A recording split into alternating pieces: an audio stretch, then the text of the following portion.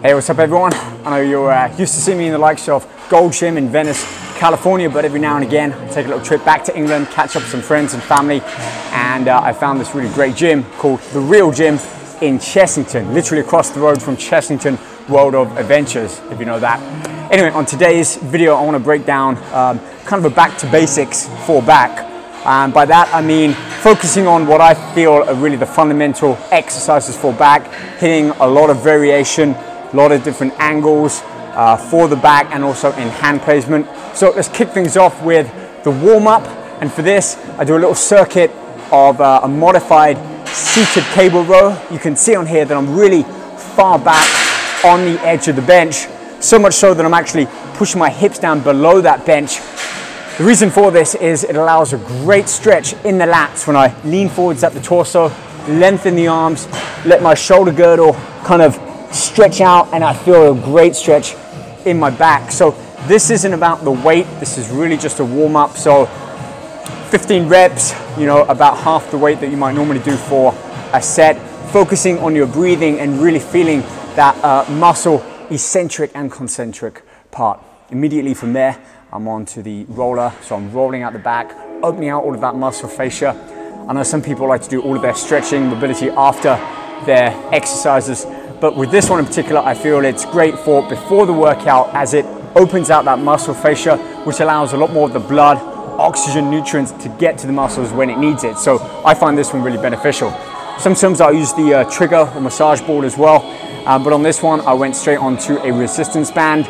Single arm external rotation, so I'm kind of gripping the band with my hand, so I've got a loop around my wrist. Great stretch in the arm, all down that side seam, stretching out the lat.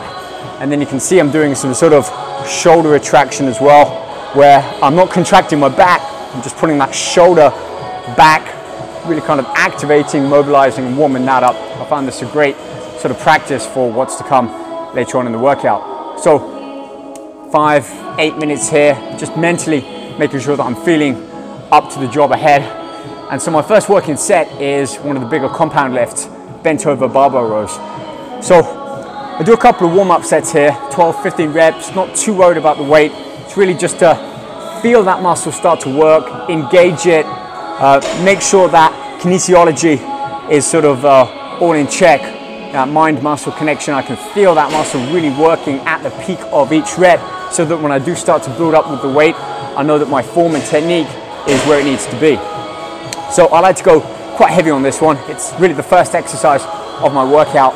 So after a couple of warm-up sets, I've got a solid 3 progressive sets where I'll increase the weight only by about 5 or 10%. So I'm not adding a huge plate on each side.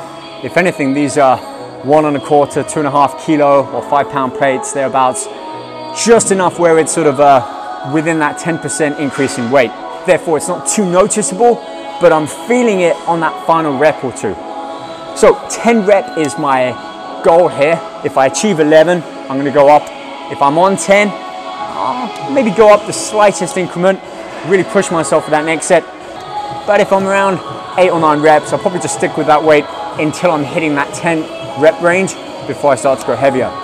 You'll see on this one also I'm changing up my grip after having hit my 3 progressive sets. So it's kind of a second follow-on exercise.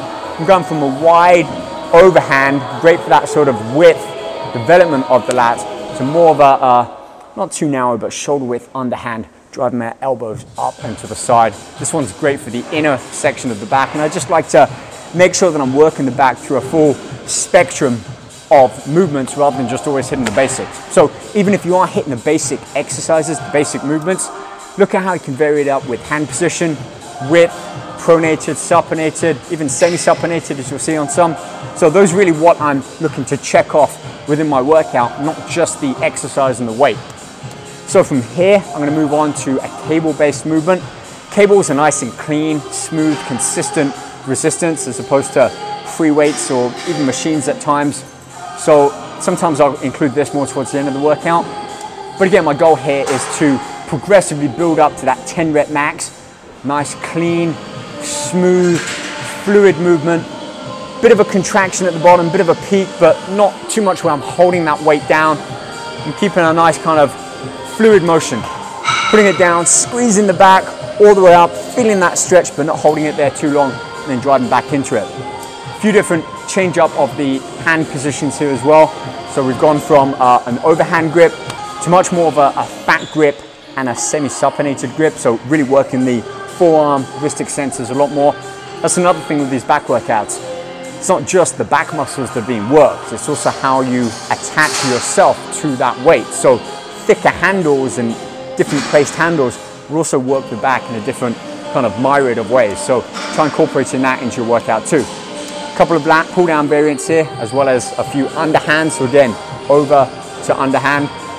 And then from here, I go on to some isolated work, still using dumbbells, single arm dumbbell row. Again, a nice full range of motion, really stretching out that lat. And then as I'm pulling that dumbbell up towards my waist, I'm almost curving the elbow slightly around, following that natural curvature. So full contraction in the lat on each one, progressively building up the weights as well. So 3 sets here, solid 10 reps on each one. And then back to a cable. Seated close grip. So here we finish off that wide underhand. We've got a semi-supinated as well and a close grip. So 4 different hand positions there. I'm not going in all the way for the stretch here because I've done that in at least 2 of those main movements prior to that. So with this one, shoulders back, I'm peaking the center of the back, just keeping a fluid, smooth and consistent movement. But I am supersetting this one, unlike all of the other exercises. And then immediately here, I jump up onto the chin-up bars. My focus is on the eccentric part of that movement. So I'm gonna lift myself up, still squeezing the back at the top, but then about a 3, 4, 5 second countdown, really just getting to that point of failure or fatigue, getting as many as I can until I literally can't lift myself up anymore. Then I'm gonna drop down, 15, 20 seconds rest. I'm not too worried about my rest period here, just enough that I feel ready to get back on with those seated rows. So 3 sets here, back and forth. And my final exercise of this workout, which is really a burnout set. By that I mean same weight, same number of reps, minimal rest period, wide grip, slightly internal rotated at the elbows. As I'm pulling that bar down towards my thighs, I can feel my lats start to contract. So my focus is not on the pushing here, but rather feeling that contraction in the back. Feels good to get back to the core basics. I'll keep these videos going. You know, if you have any questions, leave a comment below or hit me up on many of the other social media, Instagram in particular. And you know, I'll keep sharing these workouts as I keep kind of digging back into the reason I fell in love with weight training. So hopefully you found this of some use, and I'll see you back here soon. Take care.